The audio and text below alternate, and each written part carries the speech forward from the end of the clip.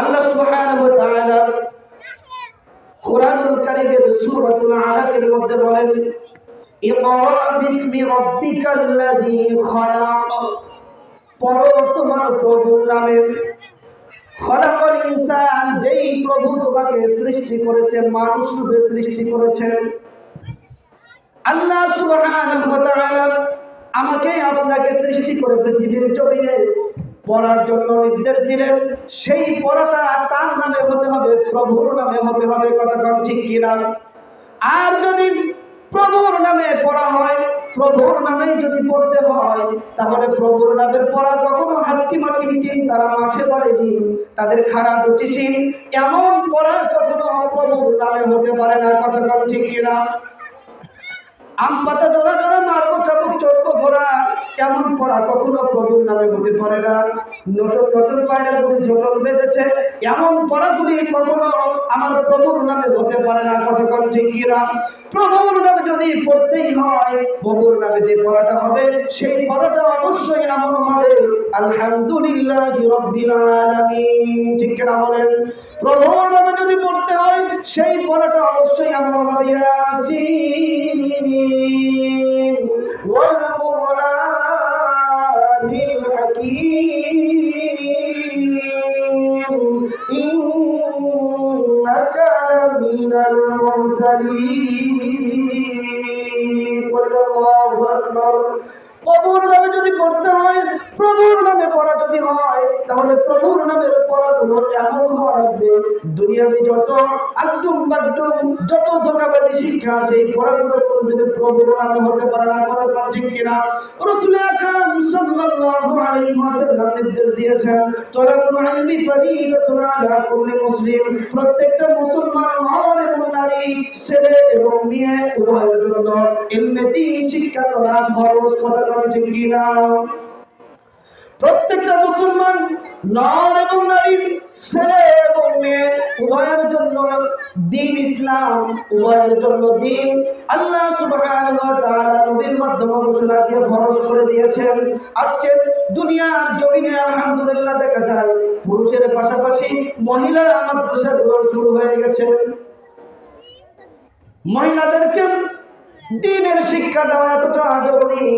আমি অনেক সময় দেওয়ালের মধ্যে অনেক লিখনি দেখি, অনেক দেওয়ালের মধ্যে অনেক পোস্টার বেস্টনের মধ্যে আপনারা দেখবেন এখানে লেখা থাকে, আমাকে একটা শিক্ষিত মা দাও, আমি একটা শিক্ষিত জাতি দেব। কথা ঠিক কিনা?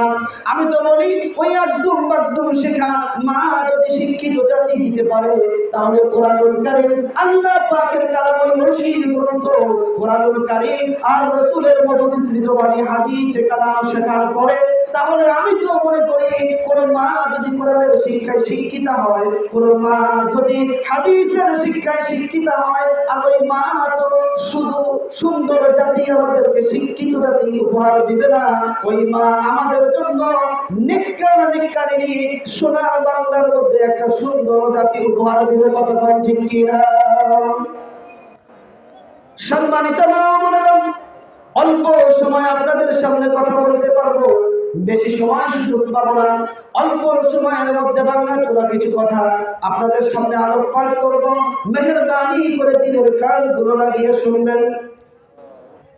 আজকে আমরা মাদ্রাসার মধ্যে সন্তানগুলো দিয়ে দেই, মাদ্রাসার হুজুরের কাছে দিয়ে আর খোঁজ খবর রাখি না, নিজেদের মধ্যে কোনো পরিবর্তন আনি না, সন্তানের পড়ার মধ্যে কোনো বরকত হয় না, জেহেনের মধ্যে কোনো বরকত হয় না, পড়ার মধ্যে কোনো উন্নতি আসে না। তার পিছনে কারণ হলো পিতা মাতার অনেকটা কারণ থাকে। কতক্ষণ ঠিক কিনা? তিনটা জিনিসের সমষ্টি না হওয়া পর্যন্ত সুফল পাওয়া যায় না। নাম্বার ওয়ান, এক নাম্বার জিনিস হলো, যেই বিষয়ের জন্য আপনি চেষ্টা করবেন, ওই বিষয়ের জন্য খালেস নিয়ত করতে হবে, আল্লাহর কাছে খালেস নিয়ত করতে হবে। যদি আপনি কোন সন্তানকে হাফেজে কোরআন বানাইতে চান, আপনি কোন সন্তানকে আলেমে দ্বীন বানাতে চান, আপনার কোন ছেলে এবং মেয়েকে হাফেজা বানাইতে চান, আপনার ছেলে এবং মেয়েকে আলেম আল্লাহ বানাইতে চান, আপনাকে পাক্কা আপনাকে ইমানদার হওয়া লাগবে আর সঠিক নিয়ত করা লাগবে। 1 নম্বরে নিয়ত করেন, 2 নম্বরে এটা বাস্তবায়নের জন্য আপনাকে আপ্রাণ চেষ্টা করা লাগবে। কথা কোন ঠিক কিনা? আপনার সন্তানটা মাদ্রাসার মধ্যে দিয়ে আপনি চুপচাপ বসে থাকলে হবে না। মাদ্রাসার মধ্যে সন্তানকে ভর্তি করার পরে আপনার কাজ হলো আপনি 5 ওয়াক্ত নামাজের জন্য ইহতেমাম করবেন, সৎ পথে চলবেন, সৎভাবে হালাল ভাবে রুজি রোজগার করে নিজে ভক্ষণ করবেন, সন্তানাদিগুলোকে হালাল রুজির উপরে টিকে রাখবেন। আর মাঝে মাঝে 2টা রাকাত নফল নামাজ পড়ে আল্লাহর হুকুম ফরজ আদায়ের পরে নফল নামাজ বা রোজা রেখে রেখে 2টা হাত মালিকের দরবারে তুলে দিয়ে ডাকবেন, ওগো মালিক, আমার পেটের মধ্যে আমার অবশ্যের মধ্যে তোমার বিশেষ বড় নিয়ামত, তুমি সন্তান দিয়েছো, আমাকে ছেলে দিয়েছো, মেয়ে দিয়েছো। আমি নিয়ত করেছি আমার ছেলেটা হাফেজে কোরআন হবে, আমার মেয়েটা হাফেজে কোরআন হবে।